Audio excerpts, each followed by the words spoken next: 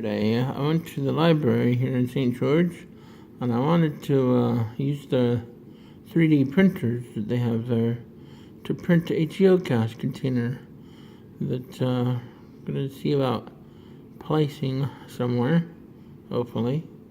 And maybe possible make a couple more of these. It's a pinecone geocache. What it is, it's a 3D printed geocache. And it is plastic, 3D printed plastic that I used the 3D printers at the library here in St. George to print.